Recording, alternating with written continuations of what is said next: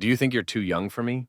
My prince, I don't think it would be good of me to answer that.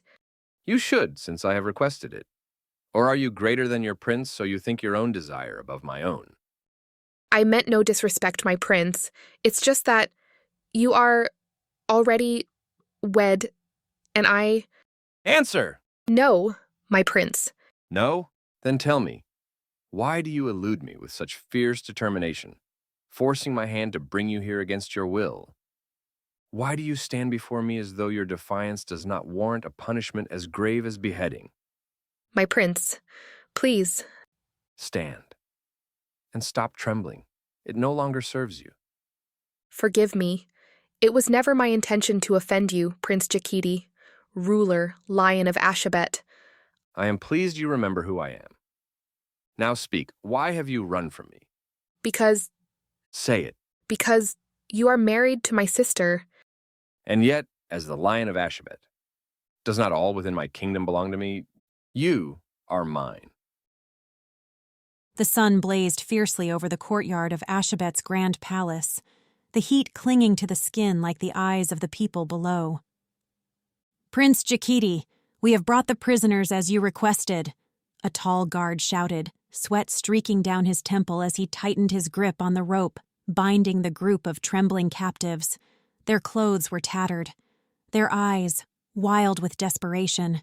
They had fought tooth and nail, knowing what awaited them. Prince Jakiti stood at the window, framed by a marble arch. His face betrayed no emotion, not even boredom. His golden tunic shimmered faintly in the sunlight. But there was no warmth in him. Throw them to the lions, He said without turning. The guard hesitated. "All of them, Your Highness?" Jakiti slowly turned his head. The guard immediately lowered his eyes. Yes. A crushing silence followed. Thick, suffocating, as though the palace itself had stopped breathing. The guard's jaw clenched. These men, they were petty thieves, market quarrelers, loud-mouthed citizens who dared speak against tax collectors. They didn't deserve this. Labor? Perhaps. But not death. Still, no one questioned the Lion of Ashebet, not twice. Wait. The prince said, just as the guards began dragging the prisoners toward the drop that opened into the lion pit. The guard froze. A breath of relief caught in his chest. But then, Jakiti turned fully to them. Do it one by one. I want to hear them scream. The breath in the guard's lungs died, and so it began. One by one, the condemned were dragged to the ledge. Their cries pierced the courtyard, sharp, panicked, human, before they were swallowed by the roar of beasts below. When the final body dropped, the guards stood motionless, sickened. The prince? He merely watched, unmoved, as if he'd only seen birds fly. All in Ashebet knew him for his cruelty. He never smiled. His pleasures came from power, and the fear it summoned. He was the prince born to rule a land of trembling knees. But even a prince must marry. To secure fragile peace with the northern lands, Jakiti was betrothed to Princess Amira of Iranu, a match forged long ago by his late parents. The union was announced without celebration, fulfilled by a wedding colder than the moon. Though Samira glowed with beauty, wore her status like a crown, she could not warm him. Their chambers remained separate. The people whispered. An heir was required to crown Jakiti king. But none came, and he gave no sign of producing one. Other women tried. They flung themselves at his feet, offering desire, devotion, even deception. But Jakiti's eyes wandered to none of them. Until Amira. She arrived weeks later, summoned by Samira herself. Amira stepped through the palace gates with trembling feet. Her half-sister's letter had been vague, but the summons, undeniable. She hadn't wanted to come. She had stayed far away from this palace since the wedding, terrified of Jakiti's name, his reputation, and what might become of Samira in his care. But duty pressed harder than fear. Samira wept when she saw her, but her voice was sharp with bitterness. He does not touch me, not once. I am his wife in title only. I sleep alone while the kingdom waits for a child. What am I to do, Amira? Tell me. Amira had no answer. She had never loved, never even kissed a man. She murmured what comfort she could, but her silence only fueled Samira's rage. "Useless girl," Samira snapped, pushing away from her. "You know nothing. You are nothing. Born of a different mother, a servant. Do not think we are the same." Ashamed and wounded, Amira turned to leave. As she passed through the royal gardens, she paused, bending down to pluck a few wild lilies from the path. Something soft, to carry away from something so harsh. But high above, from the marble terrace, Jakiti had been watching. He noticed the curve of her back, the delicacy of her fingers, the way her eyes softened when she touched something alive. She was untouched, not by men, not by power, not even by greed. He summoned her, alone. She was brought to him without explanation. Still clutching the lilies, Amira entered the chamber. Jakiti approached slowly, eyes fixed on her. Are the flowers yours? Amira blinked. I picked them from the palace gardens. So you admit to theft? She stiffened. They were growing in the open. I meant no harm. No one picks what grows in my soil without permission. Her voice trembled, but she stood her ground. Then perhaps your soil should grow thorns, to match its ruler. The silence that followed was razor sharp. He stared at her. She did not flinch. Behind the door, Samira watched. Her husband stood too close, his gaze no longer cold. That afternoon, a new order echoed through the halls. Amira was not to leave the palace. A silent guard escorted her to a room in the east wing. Later that day, a maid entered, arms full of fresh, fragrant lilies. Amira blinked in confusion. "From the prince," the maid whispered. "He said the ones you had earlier were bruised." Amira stared at the flowers. Why is he sending them to me? The maid leaned in, voice low, conspiratorial. "They say he's taken a liking to you. You should prepare yourself, my lady. Perhaps he intends to make you one of his women. Perhaps he will come tonight." Behind the door, Samira had heard everything. Moments later, she stormed in, her eyes blazing. "Leave," she hissed. "Now." Amira clutched the flowers in confusion, He said I must stay. If I go, he may end me.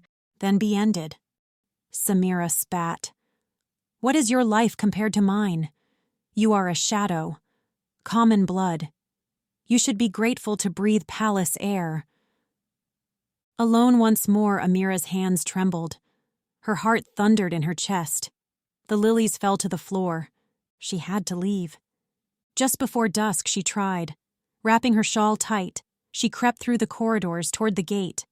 But the guards were waiting. They blocked her path. One of them stepped forward. "If you leave, we'll have to report it to the prince." Amira froze. Shame burned hotter than fear. Silently, she turned and walked back, her legs trembling, her breath shallow. Later that day, as she stood by the window, trying to steady herself, she saw it. A man, perhaps a servant, dragged to the courtyard, thrown to the lions. No reason, no mercy, just the prince's whim. His screams pierced her soul. That evening she tried again.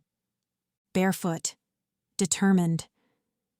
She slipped past the garden shadows, but again, they caught her.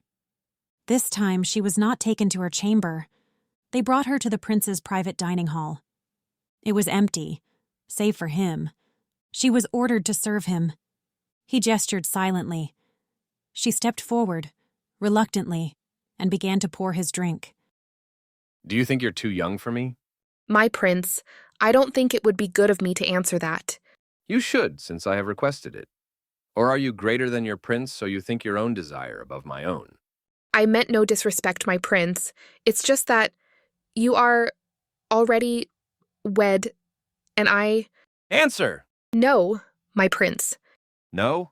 Jakiti said, his voice low and dangerous. Then tell me, why do you elude me with such fierce determination, forcing my hand to bring you here against your will? Why do you stand before me as if your defiance does not warrant a punishment as grave as beheading? Amira trembled. My prince, please. Stand, He commanded. and stop trembling. It no longer serves you. Forgive me. It was never my intention to offend you, Prince Jakiti, ruler, Lion of Ashebet. A small smile curled at the corner of his lips, the first anyone had seen in years. I am pleased you remember who I am. Now speak. Why have you run from me? Amira's voice was a whisper. Because... Say it. He pressed. She raised her eyes to his, pain blooming in her chest. Because you are married to my sister. There was silence. Then Jakiti's voice dropped, thick with something unspoken. And yet, as the Lion of Ashebet, does not all within my kingdom belong to me? He leaned forward, eyes locked on hers. You are mine. Amira's breath caught. Every bone in her body stiffened with protest, yet the look in his eyes was far too calm, too dangerous, for her to speak carelessly. He studied her a moment longer, then tilted his head. What happened to the sharp tongue you showed me earlier? She took a shallow breath. I have seen the way you punish disobedience, my prince. I do not wish to be part of it. Is that the only reason for your silence? Not because you secretly desire me. Her eyes widened. If I am to answer you honestly, then you must swear I will not be harmed. He lifted a brow but nodded. Speak. She met his gaze fully. I think you are cruel and cold, and I could never desire a man who uses his people's lives for entertainment. A prince is meant to serve his people, not devour them. Send me home, and I swear I will never set foot in your palace again. She paused, her heart pounding as she realized what she had just dared to say. Fear tightened her chest when she saw the look in his eyes. But it wasn't rage. It was something else. His head tilted again, almost in curiosity. You now live here, He said softly. You will be my personal servant. If you try to leave again, I'll turn you into a game for my dogs. His words were cruel, but in his eyes burned something entirely different. When she stared back at him, eyes wide with fear, she was, without question, the most beautiful creature he had ever seen. He would later recall the first time he noticed her, thinking perhaps she was a spirit who had floated down into his garden, a being too careless to stay hidden. But no, she was very much a girl, and her skin, the rich hue of polished mahogany, gleamed with a softness that made his gaze slip helplessly every time he tried to meet her eyes. And her eyes, brown, deep, and unblinking. He could hardly breathe when they held his. She wore simple garments, but they clung to her frame like royal silks. She was made of contradictions, fire and grace, resistance and innocence. She had spoken to him as no one dared, yet he couldn't imagine casting her to the lions. No, not this girl, for surely she was the only one of her kind. In the days that followed, Amira became a ghost within the palace, silent, swift, ever watched. She served only one, Prince Jakiti. But he gave her no ordinary duties, no scrubbing floors, no pouring wine. Instead, he kept her near, always near. She was to attend his meals, sit quietly through his counsels, accompany him during his long, brooding silences, and though she was always in his presence, he never let her forget her place. At first, Amira resisted with every breath. She obeyed, yes, but only because her life depended on it. Her eyes rarely met his. Her words were clipped, and she refused to eat while he watched. But even in her resistance, she observed him. And he was not what she expected. For a man so feared, so cruel by reputation, there was no joy in his dominance, no light in his eyes. He dined alone most nights. When jesters came, he dismissed them. When councilmen groveled, he silenced them with a glance. His cruelty did not feel like power. It felt like absence. Then came the storm. One afternoon, thunder cracked the sky open like bone, and rain poured down in sheets. It was fierce, angry. And in that moment, Amira remembered something. The prince's scroll. It had been left out on the terrace. Without thinking, she ran. The rain soaked her instantly, but she pressed on, lifting her skirts, darting across the slick stone. Her heart pounded as she neared the scroll.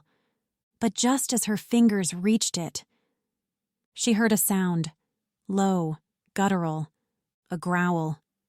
3 lions, loose. Her breath caught. Her body froze.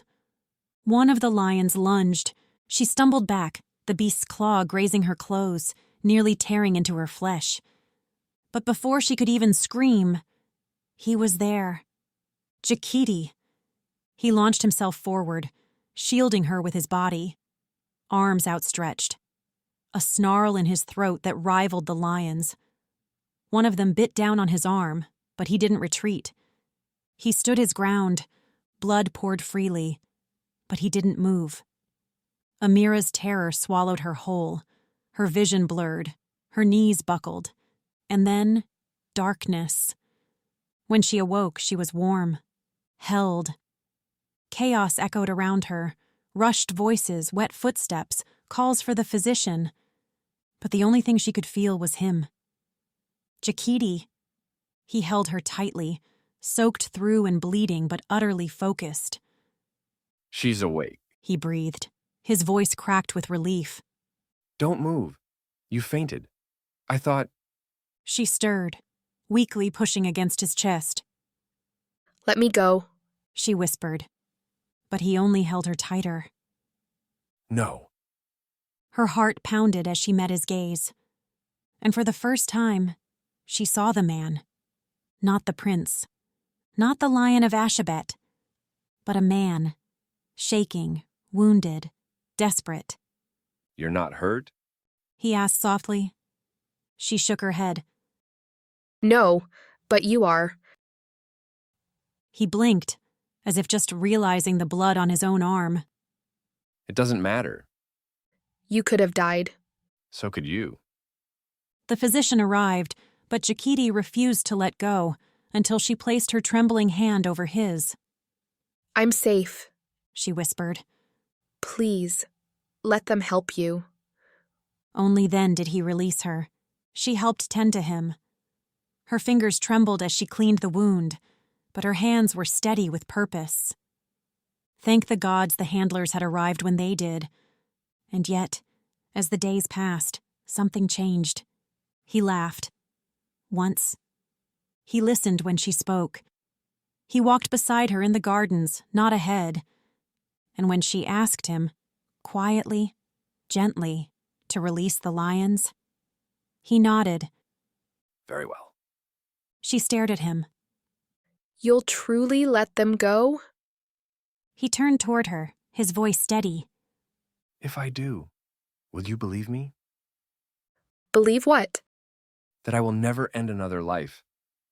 Her throat tightened. Why? He looked away, his voice low. I was a bored man, a lonely man. Nothing stirred me. Not the court, not the crown. His eyes met hers again, dark, unguarded. But since you came, I feel full, alive. He stepped closer. When I thought I might lose you, He whispered. I realized just how empty I had been. And something inside her broke. She didn't speak. She couldn't, because she was shocked to find her heart had softened toward him, the Lion of Ashebet. He gently told her good night and left her room. But before the moment could settle, before she could name what was blooming between them, the door burst open. Samira. Her fury was a storm in itself. "You've bewitched him," she spat. "He looks at you like a starving man. What did you do?" Nothing. Amira answered honestly. He simply sees me. "You're lying. I know you're kind. I know what you dream of, replacing me." I want nothing of yours, especially not him. Slap! The sound rang through the room. Amira did not cry, not for the slap, but for the truth. Because part of her wanted him now, and it sickened her. The next day, Jakiti found her. Her eyes were red. She struck you. He said. She will pay.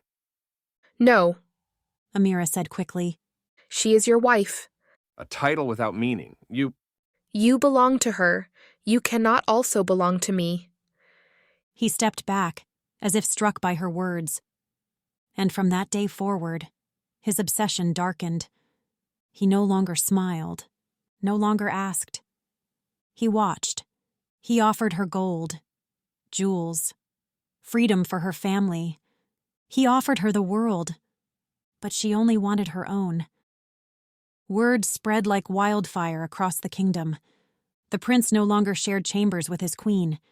He no longer attended court with her at his side. Instead, whispers floated through the stone halls and banquet rooms of a girl, common, quiet, and always near the prince's throne, a servant girl with fire in her gaze and thorns in her voice. The nobles grew restless, the council wary, the people confused. Samira, ever calculating, moved swiftly. She arranged a meeting with the elders of her homeland, and in hushed, deliberate tones, she accused her sister of seduction, of witchcraft, of treason. Amira was to be exiled, if not by royal decree, then by force. But Amira, ever watchful, had already felt the shift in the wind. And she would not be the cause of war. She would not live in the ruins of her sister's crown. So, one moonless night, she fled, through fields, through forests, knowing the prince would send men after her, but none came. Only him. He found her alone at the river's edge, drenched in rain, breathless from running. She turned to him, heart aching. You shouldn't have come. I go where you go. Then your kingdom will fall. Let it. She stepped toward him, trembling. You would let them tear Samira apart, destroy everything your parents built? He held her gaze. Samira was never mine, but you have filled me to the brim with love. And for the first time, she believed him. She saw the boy behind the lion, the man made monstrous by duty and pain, now softened by longing. With nothing more to fear, she admitted that she loved him too deeply to let him go.